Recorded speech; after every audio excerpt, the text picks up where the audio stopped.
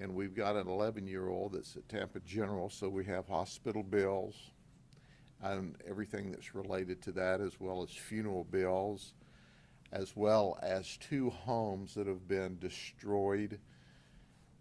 And to quote one of the uncles that's working closely with a family, I never had a class in high school to help me deal with this.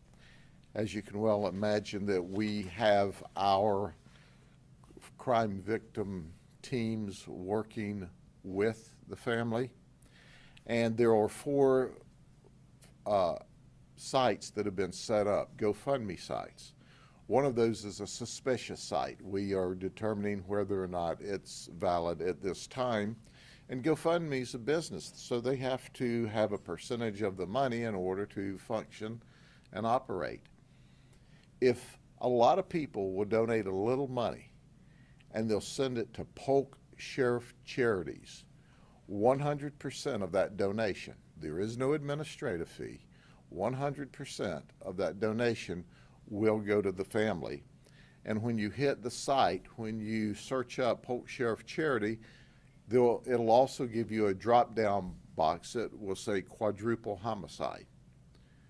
However, any donations that come in will go, if you happen to drop it in the wrong box or put it in a general box, all of those donations will go to the family.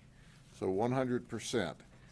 So before I start and give you the update, I wanted to make sure that I did that, because once again, we have a family that is going through a horror right now that no one should ever have to go through. But I wanted to update you, as I told you that I would. The big question has been, what's the nexus? How did this evil person by the name of Riley find these victims? And we think we have the solution to that. It hasn't changed in that there was no relationship between our victims and Riley. There was no relationship. Brian didn't know them in advance. But here's what happened. We found a witness who lives in the area of North Soakham Loop Road, and he said that he was talking to Brian Riley. He knows him. And Riley told him, hey, I'm going to go out with the Hurricane Ida relief assistance, and I offered to make him up a first aid kit. And we were working together, and he said, great. Now, I said, come by the house and I'll give you the first aid kit. Well, we can document that mass murderer Riley was at his friend's house picking up the first aid kit at about 6:45 p.m. on Saturday. We can also document that he left there about 7:10 p.m. So about 25 minutes later, he left the friend's house. Just after 7:10 p.m., understanding that we got the call of a suspicious person and vehicle at 7:22, sometime in that period, that's when Brian Riley stopped out in front and talked to Justice, who was mowing his yard, one of our homicide victims. And that's when he said, hey, God said that I need to talk to Amber because she's going to commit suicide. And Justice said, I don't know what you're talking about. There's no one here by the name of Amber. But old murderer Riley pressed on. No, I'm not leaving until I talk to Amber. And the guy says, hey, dude, we don't know any Amber. So in the meantime, the mother-in-law is called out and said, who is also a homicide victim, and says, look, mister, we don't know who you are, but we can assure you there's no Amber here. Now, during this period of time where Justice is mowing the yard and our murder suspect stops, we also know by an interview with the 11-year-old little girl who's the victim at Tampa General, she was in the yard with her dad. So our murder suspect, Byran Riley, had the opportunity to see a little girl in the yard. So Justice left mad. Justice told him to leave. The mother-in-law said, "You need to leave right now. We're going to call the cops." They notified law enforcement. He drove off. Mad, as we found out later. Never did Byran Riley make a threat. Never. He just wanted to talk to Amber because he thought she was going to commit suicide. Just a bizarre, irrational statement, but no threats of violence. Now we know, as I give you a compilation of interviews, that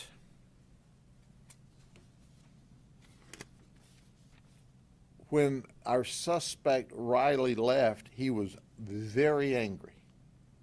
And he was very angry at Justice because he thought Justice had kept him from seeing this child, Amber, that was going to commit suicide.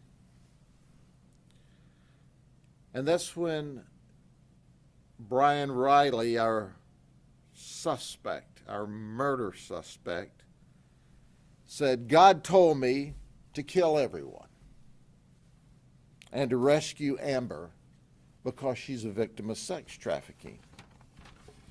So he goes home. He decides to put an ops plan together. In his confession, he says, "Well, you know what that means? It means you have to kill everyone."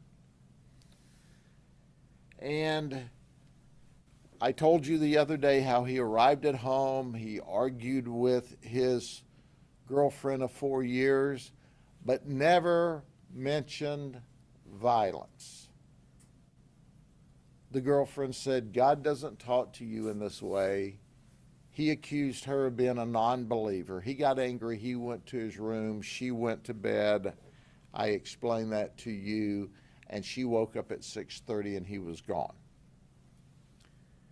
In the neighborhood, we have found a piece of video where at 1 o'clock in the morning, he left his residence in that truck that we found at the scene, the black Ford pickup truck, F-150, with carrying a large shoulder bag, if you will, about 1 in the morning. So we wondered, where has he been between 1 in the morning and 4:22 in the morning? Well, here's a rendition, once again, of information that we were told based upon the interview with Byran Riley. He told us that when he left the residence, he went back to North Slocum Loop Road and he did reconnaissance. And I'm going to use terminology that he used. And the terminology that he used is from some of his training, some of his executive training, some of his security training. He said, "I went back to do reconnaissance outside of the house in the moonlight." And he says, I'm not sure if he said that, but that was the beginning of his execution plan. He told us, and I'm going to read some snippets here, that he repositioned his truck 3 times so that he would have a fast departure. He searched through and spent time at the house to locate 3 entrance points into the homes. He planned out his diversions and he prepared his exit strategy. He slashed the tires on both a sedan and the pickup truck he ultimately set on fire. he set out the glow sticks from the road next to his vehicle, through the backyard, close to the next house. He explained that those were so he could find his way out in an emergency at night, and so if he found Amber, she could find her way to escape from this house where she was a sex crime victim. This is all fiction, all made up by him. Understand, and I underscore, when we make those references, there was no victims of sex crime in that house. He doused the vehicles with gasoline, both the sedan and the truck. He set the truck on fire as a diversion. He said, by the time I got back to the car, it wouldn't catch on fire, but the mission was underway and I had to push through. He took his breaching tools and he took them around back to the grandmother's apartment, and he tried the breaching tools without success on the door. So he left that door after shooting through the door, and he went around to the south side of the apartment, and he shot through the window and he entered. He called it clearing the house. I cleared the house, and that's when he killed the grandmother as he was clearing the house. He was clearing the house and looking for Amber. He said, I dumped a mag. And what he meant was he shot a whole magazine toward the victim and getting into the house. He said, then I had to immediately reset. And this, once again, more tactical terms. I had to reset to start my methodical search for Amber in the main house. He entered the main house by shooting out or breaking out the back glass door. He said, I know I made a lot of noise, so I had to push through. I knew that they were now aware I was there. He says, I moved down into the fatal funnel, which was not just a fatal funnel, but it was also the hallway through the house. He said, but God told me I was protected. He said, I moved into the bedroom where I shot the dog 2 times. And they asked him, was the dog aggressive? And he said, no, it was very passive. The dog created no resistance at all. He said, then I cleared the hallway. And then I went to the bathroom and I shot through the bathroom door and I tried to push in. And they pushed back and I shot through the door some more. I then entered the bathroom where he shot and killed Justice. Justice was trying to keep him out. That was the resistance he was seeing on the other side. Once he killed Justice, he shot the 33-year-old significant other of Justice and the 3-month-old baby, killing them. But everyone was in the bathroom huddling and hiding. That's when he grabbed the 11-year-old victim, took her from the bathroom into the living room. And he asked her, where's Amber? She says, I'm not Amber. There is no Amber. And he said, I want to know who Amber is. And he counted down, 3, 2, 1, pow. And he shot her in the thigh area. in the stomach. And she said, and I grabbed the wound. And he asked me again and shot me again. Then this evil human being told us, I tortured her in order to investigate and in order to find Amber. This is the big bad dude that tortured an 11-year-old child and murdered a 3-month-old baby and the 3-month-old baby's mother and father.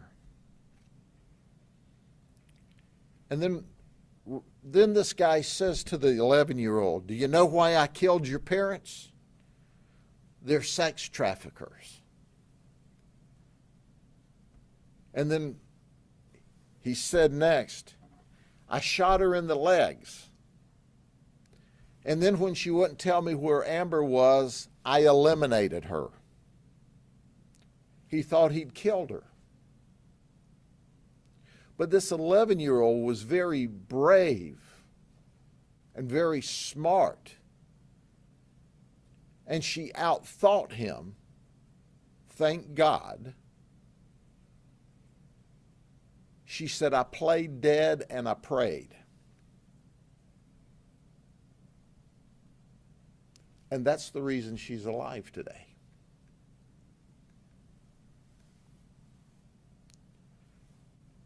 Before he shot her, thinking he'd killed her whenever she played dead, the suspect told us, I asked God if a 12-year-old could be involved in sex trafficking, and God told me yes, and that's when I killed her. After that was when he had the shootout, the first shootout, and that one was with Lieutenant Tompkins, who came in the back door.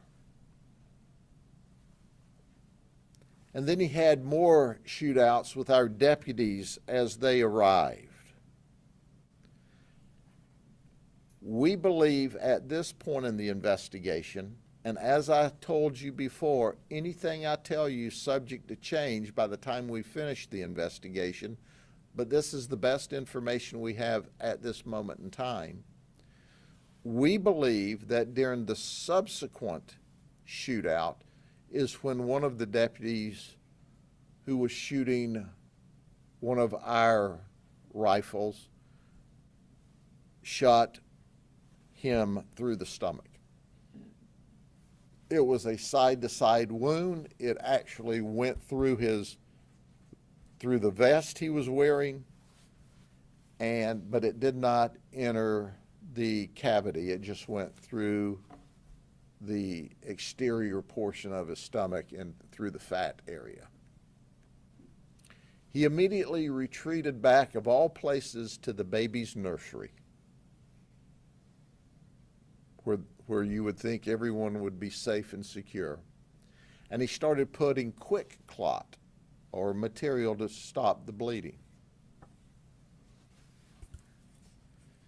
After he did that, he told us, he said, well, I knew at that point I was outgunned and outmanned, so I dumped my bulletproof vest and my guns, and I walked outside with my hands up and gave up. That's right, he didn't want to die.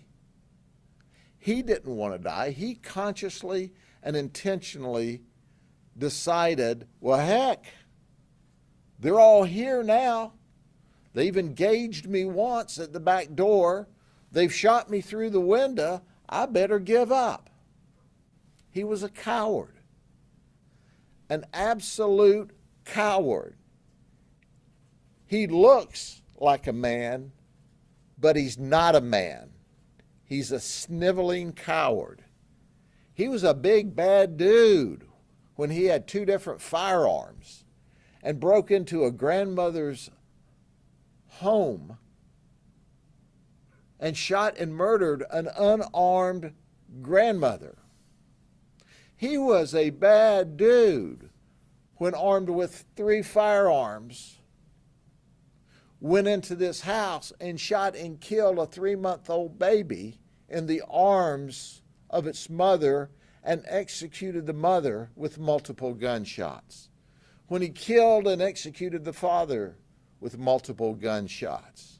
He was a big bad dude when he took an 11-year-old child and shot her while trying to interrogate her to find Amber.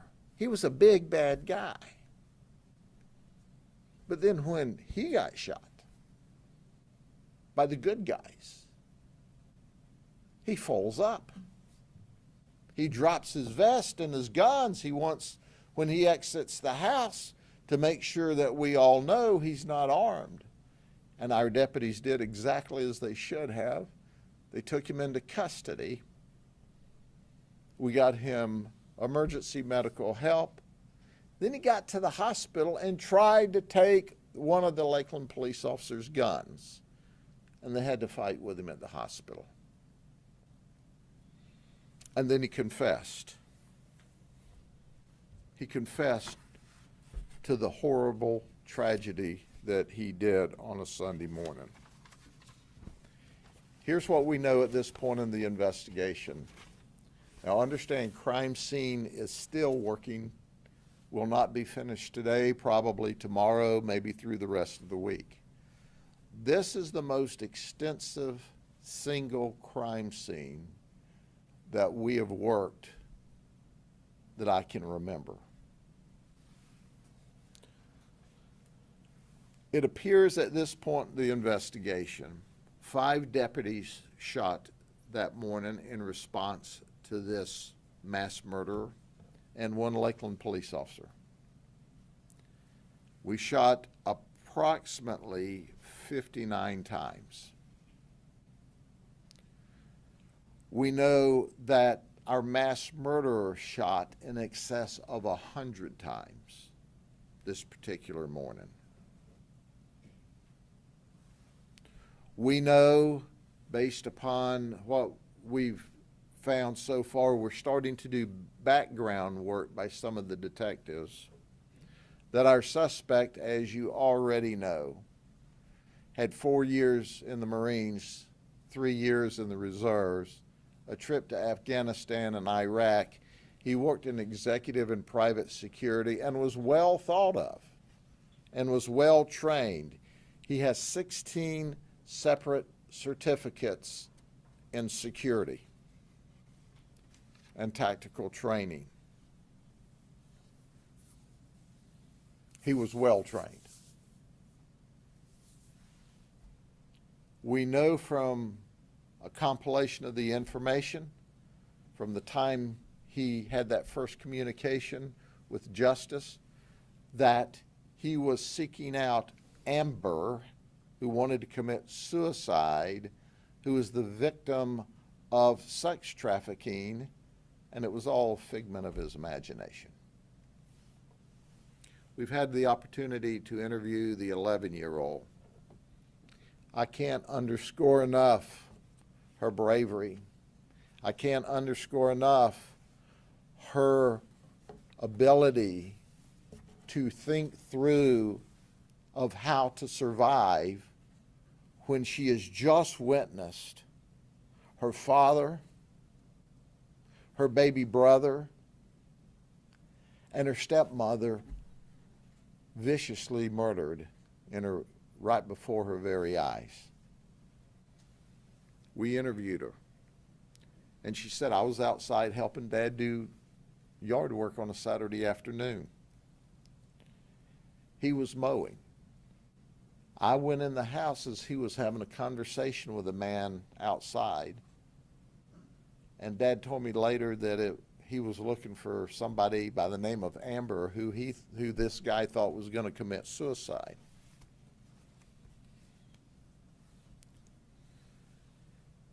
She said, I was asleep in my bed when Dad woke me up and took me to the bathroom to hide me. And I was there when they killed my dad, my brother, and my stepmom.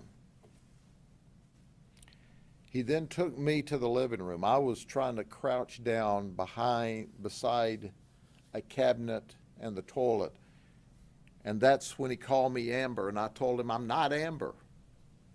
And he said, 3, 2, 1, and he shot me. And I held the wound. And he asked me about Amber again, and I told him, I don't know an Amber, and he shot me again in the hand. And he asked me where Amber was, and he shot me again. And then he told me, do you know why I killed your parents? It's because they're sex traffickers. She says, I played dead and I prayed. We know that she's had 4 surgeries so far. She's in intensive care. She was able to give us a good statement, but she didn't even recall all the additional gunshot wounds she received at this initial interview. We know she has at least 7 bullet holes in her. And once again, because of her medical care, we don't know if it's 7 separate shots or if it's a total of 7 holes, and some of them may be in and out shots. She's shot in the hand, in the legs, in the thigh, and into the abdominal cavity. But she's alive. And how she survived that is truly a God thing. He thought he left her for dead, but she was way smarter than he was. And God truly was with that little girl that evening. You know, my editorial comment is, I know my God was pissed. That's not the God we know. But he gave God all the reason for him doing this. God told me to do it. God told me to do it. Well, I'm kind of like his girlfriend. No, God didn't tell you to do that. But he did it and blamed it on God.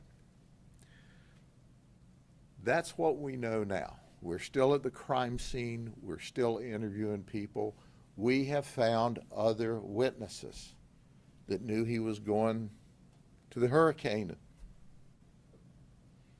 recovery. No one yet has told us they knew anything about any violence. No one said that. The investigation's ongoing. As you well know, the investigation is not near over, but now we're going to witnesses and friends and dotting the I's and crossing the T's, and this is going to go on for weeks and weeks and weeks as we prepare a case against this mass murderer, against this totally evil person. Totally evil. Totally evil. There's not words to adequately describe the rage and that we all feel about what he did to this innocent family who's simply sleeping in their home. And they happen to be the unfortunate ones that he passed by that afternoon where he saw the man and an 11-year-old girl. It could have been anybody's neighborhood that was out with their children that afternoon. These just happened to be the unfortunate people that he picked on. Now you kind of understand why I asked for a lot of people just to help a little bit, because what is remaining, an entire family, with the exception of this 11-year-old child, is wiped out. And there's funeral bills and doctor's bills and all kinds of collateral issues that have to be dealt with. The family's doing the best they can. We are working with them, with our crime victims folks, but they can use help. Are there any questions I may answer them, or I may not? Yes, ma'am. You had said that Riley said he was using meth. Have you found any evidence that he was using drugs? Riley told on his way to the hospital to a Lakeland police officer, among his rambling statements, that he had used meth. That's his statements. We haven't gone back yet to see whether that's accurate or if that's some of his ramblings. We have found evidence of illegal steroid use. But obviously, we'll go back and serve subpoenas on the hospital and see what they found when he got there, and all of that's yet to be determined. But he admitted it. But we have found evidence of illegal drug use, steroids. I just want to confirm, you said Riley shot through the back doors into the home? Yes, ma'am. Yes, ma'am. How many firearms were recovered at the scene? We recovered 3 firearms at the scene. Has he shown any remorse? No, zero. Zero remorse. He's an evil human being. And I just can't get over how bad he was, why he's wearing bulletproof garb with 3 guns in a house with innocent people trying to sleep at night, none of which had a gun. There were no guns in the house. They couldn't protect themselves if they wanted to. Yes, ma'am. Records show that he was a disabled veteran. Did you guys find out that he was on any nerves, or he was supposed to be on any nerves? That will be part of the investigations. We don't have any information at this time about medicines that he might have been on or should have been on. You said Riley shot his weapon 100 times. Was that? 100 plus times. Okay, that was total. Victims and law enforcement? No. We know Riley shot 100 plus times, and we're still counting. We're still doing our forensics at the scene and our investigation. We know we shot approximately 59 times. And I say approximately, there's a chance it might have been 60, there's a chance it might have been 58. That's still under investigation. We know he shot 100 plus times throughout the evening. And Riley's girlfriend confirmed she only noticed strange behavior days before the incident? Yes, ma'am, that's correct. In our initial conversation with her, she's been his girlfriend for 4 years.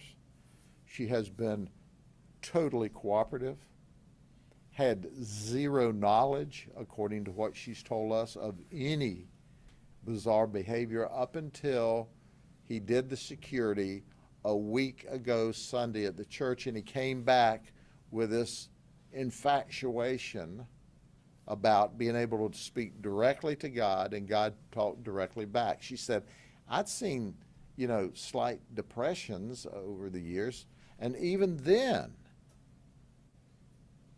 never has he been violent toward me or threatened violence. Even that week where she said, I saw bizarre conduct, no threats of violence, according to what she's told us.